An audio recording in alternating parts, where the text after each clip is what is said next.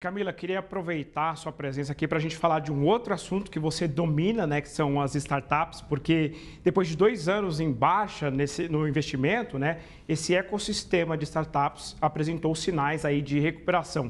E as startups brasileiras acumularam em 2024 1 bilhão e 900 milhões de dólares em investimentos, né? Então, queria ouvir aí a sua perspectiva sobre esse setor. O que você destaca para a gente sobre essa recuperação? Eu acho que antes a gente precisa fazer só um paralelo, a gente precisa fazer um paralelo. Acho que a gente tem algumas lâminas, né, Nath e Renan? Mas a gente precisa fazer um paralelo antes do período da pandemia e pós o período da pandemia. O primeiro, eu faço investimento há já 14 anos, né, quando se falava, vou fazer investimento em startup, esse negócio de aplicativo aí vai dar certo. E aí depois a gente começou a observar um mercado muito greenfield, né, um mercado muito verde, sob a ótica de investimento.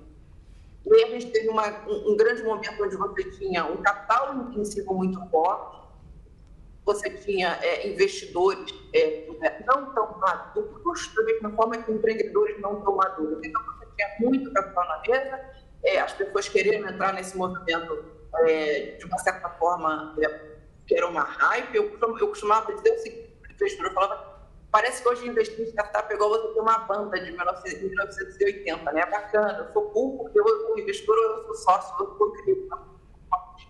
E aí, quando veio a pandemia, o mercado foi circulando, né? Teve um processo de seleção natural, quem fazia isso foi entendendo que não é tão simples assim, afinal de contas, eu falou sobre a ótica da investidora, que não contas, cada vez que você investe, você perde dinheiro e duas podem ser que vão validar o portfólio de uma. Então, o mercado ele começou a se regular, os empreendedores ficaram cada vez mais maduros, e aí, Renan, veio a pandemia.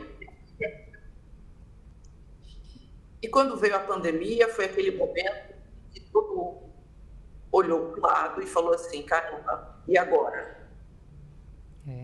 Eu preciso cada vez mais proteger o meu caixa. Sim.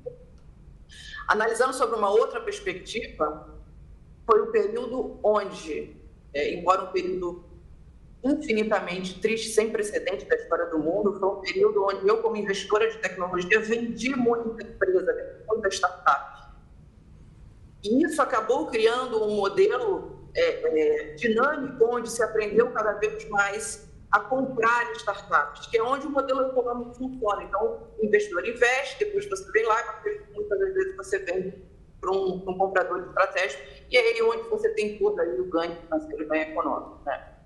Então, esse período da pandemia, ele fez com que os investidores, por um lado, eles começassem a olhar essas empresas que tinham muito mais caixa, que não analisassem muitas das vezes só o potencial de geração de caixa ou EBITDA, né? Mas que eles também olhassem o que aquela empresa tinha de caixa. Tem uma máxima que diz assim, né? O caixa realmente ele é rei, né? Ou seja, o potencial que você está fazendo naquele momento. E aí os investidores ficaram mais cautelosos, ao mesmo tempo que os empreendedores eles amadureceram bastante.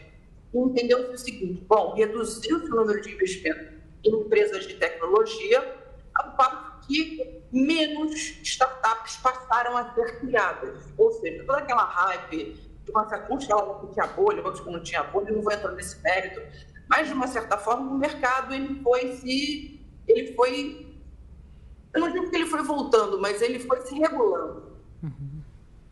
E aí a captação diminuiu. Tá.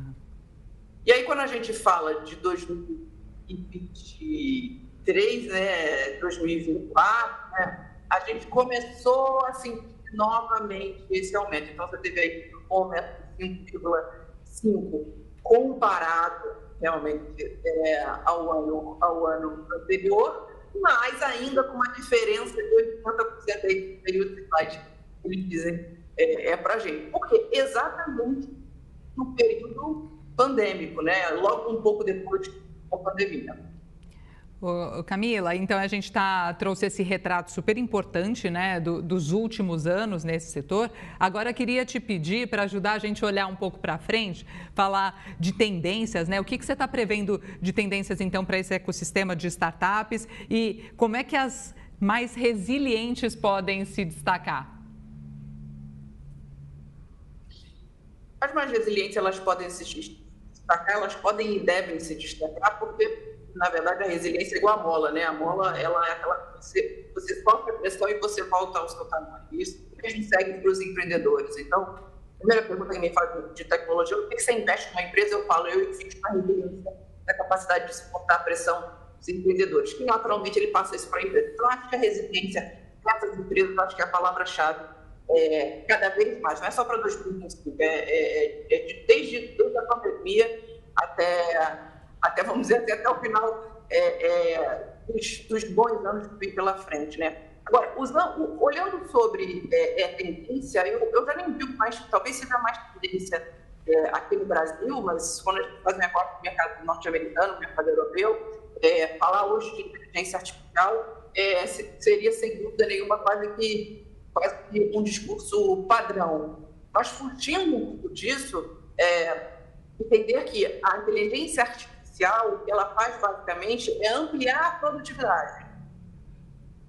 É transformar, muitas das vezes, tarefas que são repetitivas, tarefas que são um pouco mais complexas e aumentar a produtividade das empresas. Então, sem dúvida nenhuma, a inteligência artificial, ela está aí, ela veio para ficar. Eu recomendo, eu sugiro fortemente a todas as pessoas que estão nos assistindo, às empresas, aos micros, pequenos, aos médios e grandes empreendedores, que usem de forma, no caráter de aprendizado, mas depois que usem aí em larga escala.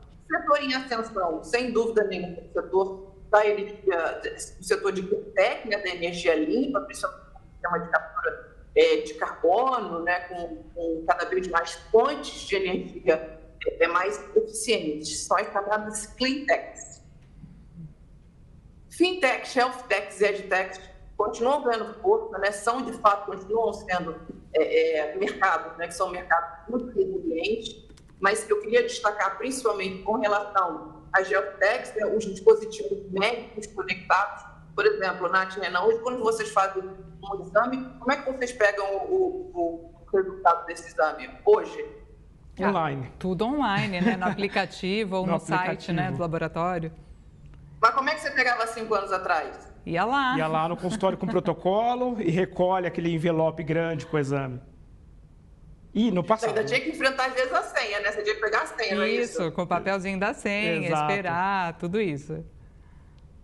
Pois é. Então, você entrega mais eficiência. E o que você vê daqui para frente, né? Todas essas informações que estão nesses dados, né? Então, por exemplo, você foi lá e tirou o seu exame de sangue, né? Ele, além de começar a fazer um comparativo, a inteligência artificial, através de machine learning, né? Através de aprendizado de máquina, ela vai sugerindo para você quais são as soluções que você pode fazer para a sua vida, para a sua saúde. Então, assim, é incrível, né?